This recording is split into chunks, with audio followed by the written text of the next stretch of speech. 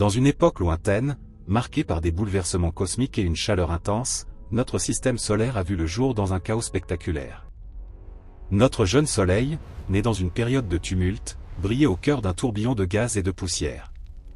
Les géants gazeux, comme Jupiter et Saturne, ont provoqué d'immenses perturbations, tandis que le Soleil libérait son énergie à travers des éruptions violentes.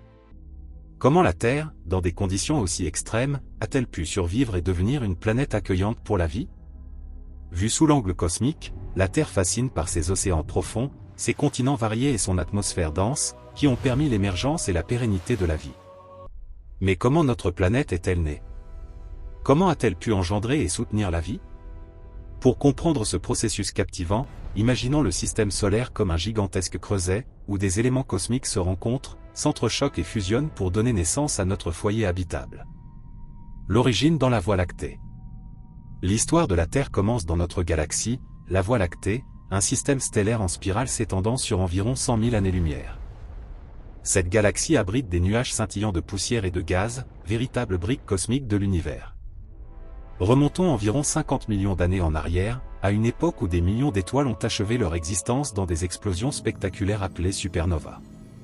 Ces explosions, semblables à des éclairs cosmiques, ont projeté dans l'espace des éléments essentiels à la formation des planètes, comme le carbone, le silicium, le fer et bien d'autres.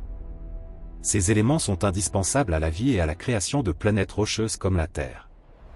Sans ces supernovas, notre monde tel que nous le connaissons n'existerait pas. Certaines explosions particulièrement puissantes ont même provoqué l'effondrement de nuages de poussière voisins, entraînant la compression de vastes quantités de gaz et de poussière. Ce nuage, initialement aussi froid que l'espace intersidéral, s'est progressivement réchauffé sous l'effet de cette compression. Au cœur de ce nuage, un tourbillon de poussière, de gaz et de cristaux de glace s'est formé, tournant à une vitesse folle. La température au centre a grimpé de manière drastique, jusqu'à ce qu'une étoile s'allume, notre Soleil était né.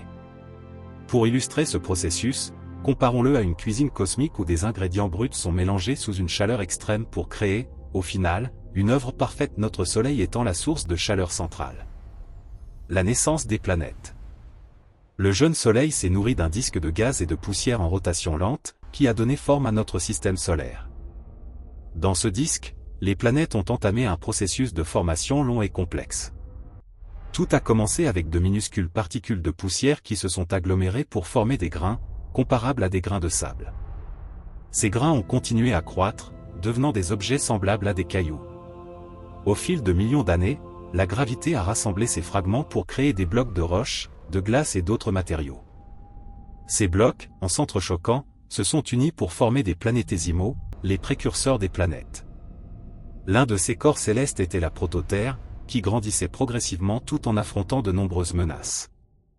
Pour mieux comprendre ce phénomène, les scientifiques ont développé des modèles informatiques montrant que les collisions initiales des particules de poussière atteignaient des vitesses de plusieurs mètres par seconde, un peu comme un jeu de bowling microscopique où chaque impact pouvait influencer l'avenir des planètes. L'organisation du système solaire. Pendant longtemps, les scientifiques ont pensé que la formation des planètes suivait un schéma prévisible. L'organisation de notre système solaire semble confirmer cette idée. Les géants gazeux externes, comme Jupiter, Saturne, Uranus et Neptune, diffèrent radicalement des planètes rocheuses internes, comme Mercure, Vénus, la Terre et Mars. Cette distinction s'est formée dans les premières phases après l'allumage du Soleil. Le vent solaire, une tempête de particules émanant de l'étoile naissante, a repoussé les gaz légers, comme l'hydrogène, vers les confins du disque protoplanétaire. Au-delà de la ligne de gel, une frontière invisible située à environ 2,7 unités astronomiques, une unité astronomique correspondant à la distance entre la Terre et le Soleil, les géants gazeux ont pu croître rapidement en absorbant ces gaz. Dans les régions internes, où ni le gaz ni la glace n'étaient stables, des planètes rocheuses comme la Terre se sont formées. Cette ligne de gel a agi comme une barrière naturelle, déterminant le destin des matériaux cosmiques. Pour mieux comprendre, cette ligne se situe près de la ceinture d'astéroïdes, où l'eau pouvait exister sous forme de glace, influençant profondément la composition des planètes. La diversité des autres systèmes solaires. Cependant, tous les systèmes solaires ne se développent pas de la même manière. En 2025, les observations réalisées grâce à des télescopes avancés, comme le télescope spatial James Webb, révèlent que de nombreux systèmes solaires sont très différents du nôtre. Par exemple, l'observation de l'étoile Genop 315 montre les premières étapes de la formation planétaire, où des minéraux chauds commencent à se condenser. Ces découvertes indiquent que notre système solaire n'est pas unique. Dans d'autres systèmes, on trouve des planètes de la taille de Neptune ou des Jupiters chauds, des géants gazeux orbitant très près de leur étoile, où leur enveloppe gazeuse est érodée par un vent stellaire intense. De plus, des super-Terres, des planètes rocheuses plus grandes que celles de notre système, ont été découvertes. Pourquoi les planètes internes de notre système solaire sont-elles si petites? Les recherches récentes montrent que plus de 40% des systèmes solaires observés possèdent des Jupiters chauds avec des périodes orbitales de moins de 10 jours, ce qui contraste avec la stabilité de notre système et souligne son caractère unique. Le rôle des astéroïdes. Une grande partie de ce que nous savons sur la formation du système solaire provient des astéroïdes, formés il y a environ 4,6 milliards d'années et restés presque inchangés depuis. Bien que la plupart des astéroïdes soient trop petits pour traverser l'atmosphère terrestre, les plus gros peuvent atteindre la surface. Les scientifiques étudient ces vestiges pour comprendre la composition chimique du système solaire primitif. En particulier, l'analyse des isotopes, comme ceux du fer, révèle l'existence de deux groupes distincts de matériaux planétaires, l'un provenant du système solaire interne et l'autre du système solaire externe. Cela suggère l'existence d'une barrière qui empêchait le mélange de ces matériaux. Jupiter, en raison de sa croissance rapide, pourrait avoir joué ce rôle en bloquant le flux de matière vers le système solaire interne, empêchant ainsi la formation de super-Terres.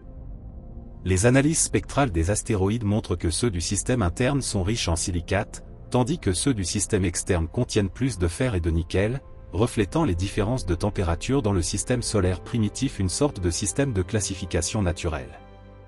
La grande migration de Jupiter. Jupiter a joué un rôle central dans l'histoire du système solaire. Grâce à des superordinateurs, les scientifiques simulent les interactions entre la poussière, le gaz, la glace et les roches dans le système solaire primitif. Ces modèles montrent l'ascension de Jupiter, représenté en bleu, qui, par sa masse croissante, s'est déplacé en spirale vers le Soleil.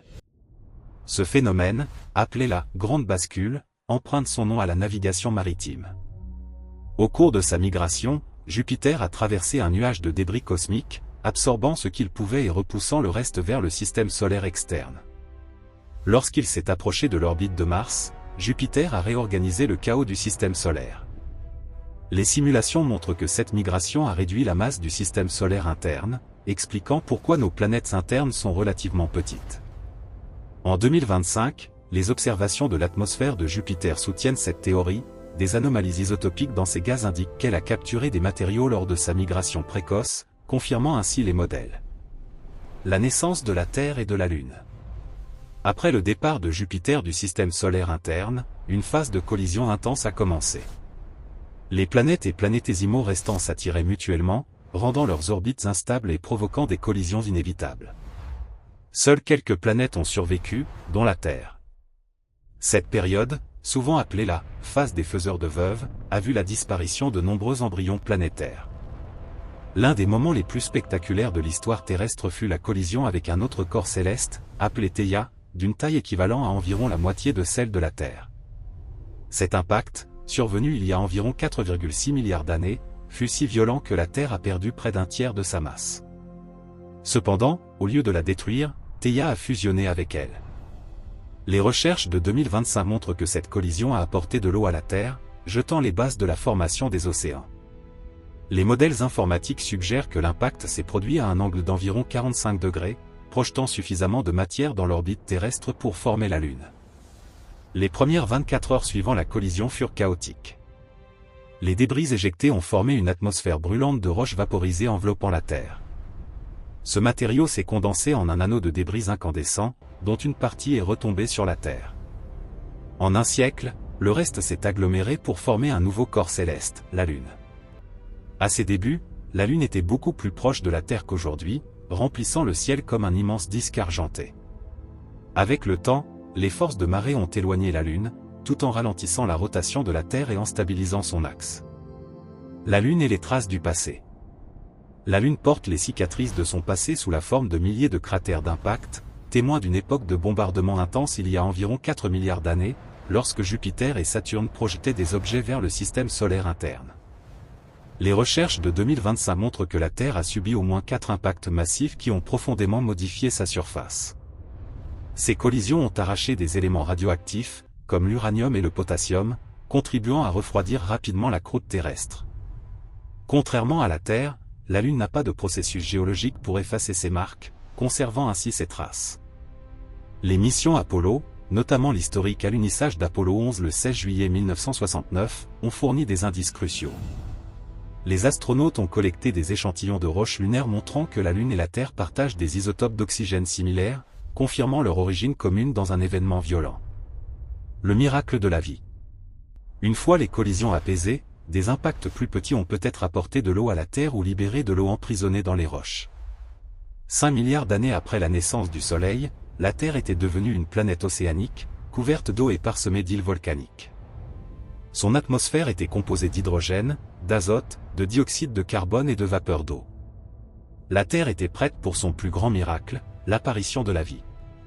Les théories récentes suggèrent que la vie a pu commencer dans des sources chaudes ou près de volcans sous-marins, où des réactions chimiques étaient alimentées par la chaleur.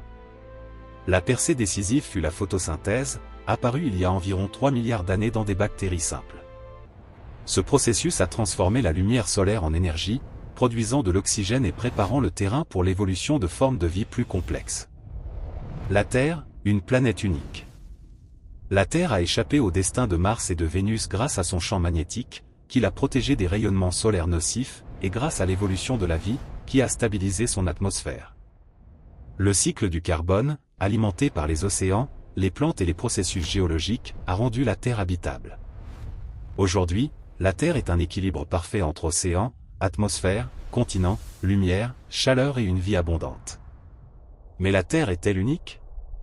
Avec plus de 5000 exoplanètes potentiellement habitables découvertes par des missions comme TESS, la question se pose, la Terre est-elle l'une des nombreuses mondes habitables ou un miracle cosmique? Les recherches futures, notamment avec des télescopes de nouvelle génération, pourraient apporter des réponses, mais pour l'instant, notre planète reste une merveille unique dans l'immensité de l'univers.